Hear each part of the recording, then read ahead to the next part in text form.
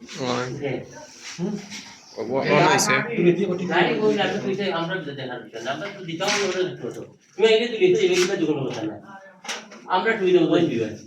ওর বাদে খাটুন বিসমিল্লাহির রহমানির রহিম। লন্ডন প্রবাসী মৌলানা মুফতি আব্দুল লতিফ সাহেবের মাধ্যমে আজ সৈলা এবং শরীশপুর এবং আর অন্যান্য গ্রামে কিছু দরিদ্র মানুষদেরকে টিন বিতরণ করা হচ্ছে। আমরা প্রায় 2 বান করে টিন বিতরণ করতেছি। এখানে প্রায় 25 বানের মতন টিন কিনা হয়েছে মৌলানা মুফতি আব্দুল লতিফ সাহেবের মাধ্যমে।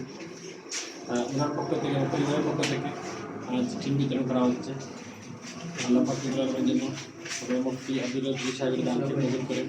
এভাবে যেন ওনার মতন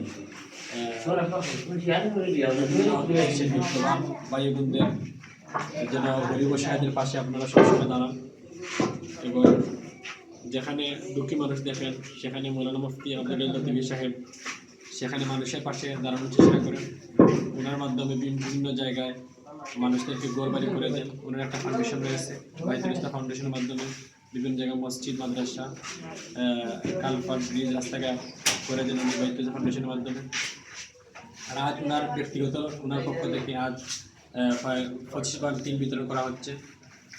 আপনারা জানেন বর্তমানে বর্ষাকাল চলে এসেছে, বিভিন্ন মানুষের ঘর দোয়ার 2-1 দিন আগে পুনর্নির্জন হয়েছে।